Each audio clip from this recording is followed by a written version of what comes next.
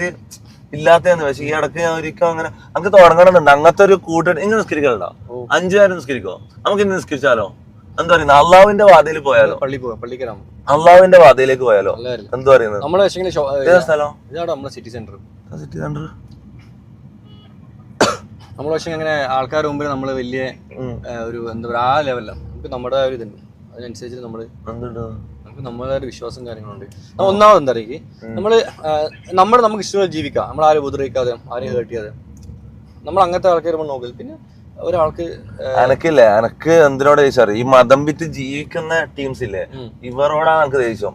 മതത്തിനോട് എനിക്ക് ദേഷ്യമില്ല. എല്ലാവരും അങ്ങനെ തന്നെയാണ്. എനിക്ക് വലിയൊരു ഭാഗം ആൾക്കാർ ഇങ്ങനത്തെ ആൾക്കാർ എതിരും ഉണ്ട്. അങ്ങനെ ചെയ്യുന്നുണ്ട്.